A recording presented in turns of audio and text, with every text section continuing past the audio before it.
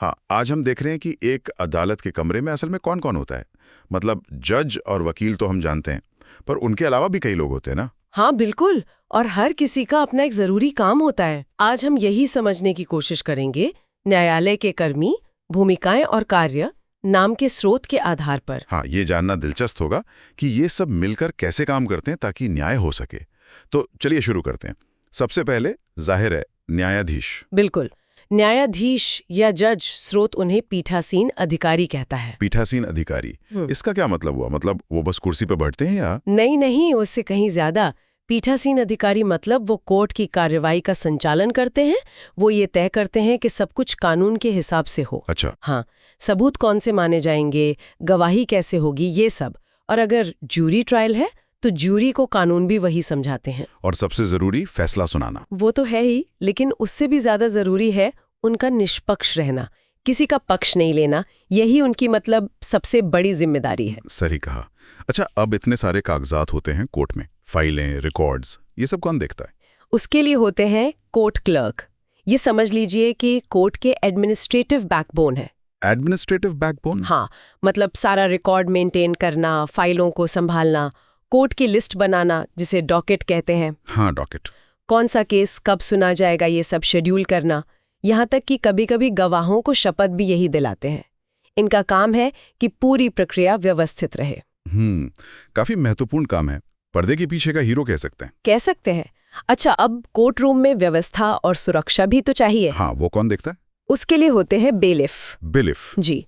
उनका मुख्य काम है कोर्ट रूम में शांति बनाए रखना, ये देखना कि लोग ठीक से व्यवहार करें, कोई हंगामा ना हो। अच्छा। वो जूरी और गवाहों को अंदर बाहर लाने ले जाने का काम भी करते हैं, कभी कभी सबूतों को संभालने में भी मदद करते हैं। तो मूल रूप से सुरक्षा और व्यवस्था। ठीक है। अब एक और अहम सवाल, कोर्ट में जो कुछ भी बोला जाता है, हर बहस, हर गवाही, उसका रिकॉर्ड कैसे रखा जाता है? कौन लिखता है ये सब? ये काम है कोर्ट रिपोर्टर का। ये बहुत ही कुशल लोग होते हैं। हाँ। वो स्टेनोग्राफी मशीन या दूसरी टेक्नोलॉजी का इस्तेमाल करके कार्रवाई की हर बात को शब्दशः दर्ज करते हैं। हर शब्द? बिल्कुल। गवाह ने क्या कहा, वकीलों ने क्या दलीलें दी, जज ने क्या निर्देश दिए, सब कुछ। इसी से वो ऑफिशियल ट्रांसक्रिप्ट तैयार होती है। अच्छा, वो ट्रांसक्रिप्ट जो बाद में काम आती है अपील वगैरह में? एग्जैक्टली। अपील के लिए या भविष्य में किसी भी रेफरेंस के लिए वो ट्रांसक्रिप्ट एक पक्का रिकॉर्ड होता है। उनकी सटीकता बहुत मायने रखती है। समझ गया। तो हमारे पास जज हो गए, क्लर्क, बैलिफ, कोर्ट रिपोर्टर। अब आते हैं उन पर जिनके बीच असल मुकाबला होता है, वकील। हाँ, अब बात आती है एडवोकेसी की। यहाँ दो मुख्य पक्ष होते हैं, खासकर क्रिमिनल केस में। कौन कौन? एक तरफ अभियोजक यानी प्रोसिक्यूटर, ये सरकार या राज्य की तरफ से होते हैं और आरोपी पर जो इल्जाम लगे हैं उन्हें साबित करने की कोशिश करते हैं, सबूत पेश करते हैं, गवाह लाते हैं। हाँ।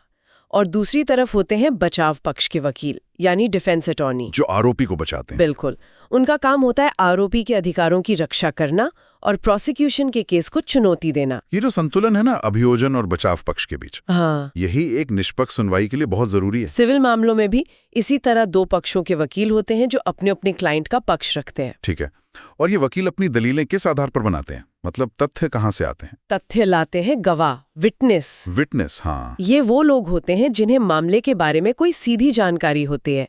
उन्होंने कुछ देखा होता है या सुना होता है और उनसे सवाल जवाब होते हैं। हाँ, दोनों तरफ के वकील उनसे सवाल करते हैं। पहले अपनी तरफ का वकील पूछता है, जिसे डायरेक्ट एग्जामिनेशन कहते हैं। फिर दूसरे पक्ष का वकील सवाल करता है, जिसे क्रॉस एग्जामिनेशन कहते हैं। ताकि सच्चाई सामने आ सके। बिल्कुल, गवाही की सच्चाई परखने के लिए। और एक चीज और रह गई, जूरी। वो हमेशा नहीं होती, पर जब होती है तो उनका क्या रोल है? हाँ, हर मामले में जूरी नहीं होती, ये कानून पर निर्भर करता है। लेकिन जहाँ होती है वहाँ उनकी भूमिका बहुत अहम है। जूरी आम नागरिकों का एक समूह होता है। आम नागरिक? जी। उनका काम होता है सारे सबूतों को सुनना, वकीलों की दलीलों को सुनना और फिर जज के निर्देशों के आधार पर आपस में विचार करके ये तय करना कि मामले के तथ्य क्या हैं।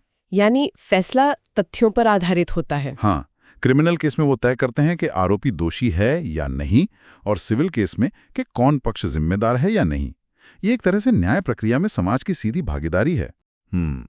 तो ये पूरी तस्वीर अब साफ हो रही है। जज से लेकर क्लर्क, बैलिफ, रिपोर्टर, वकील, गवाह और जूरी तक हर कोई जरूरी है। एकदम, ये एक टीम वर्क है। सब अपनी अपनी भूमिका निभाते हैं ताकि न्याय हो सके। अगर एक भी कड़ी कमजोर पड़ जाए तो पूरी प्रक्रिया पर असर पड़ सकता है। सही बात है। इन भूमिकाओं को समझना जरूरी है, तभी हम समझ पाएंगे कि हमारी न्याय व्यवस्था कैसे काम करती है। बिल्कुल, ये दिखाता है कि कैसे अलग-अलग हिस्से मिलकर एक उद्देश्य के लिए काम करते हैं, न्याय सुनिश्चित करने के लिए। और यहाँ एक बात सोचने वाली है। जरा सोचिए, अगर इनमें से कोई एक भूमिका, मान लीजिए कोर्ट रिपोर्टर, कोई जरूरी बात दर्ज करने से चूक जाए, या बैलेफ अपनी ड्यूटी ठीक से ना करे, या जूरी किसी बाहरी प्रभाव में आ जाए, हाँ, तो उस केस की निष्पक्षता और उसके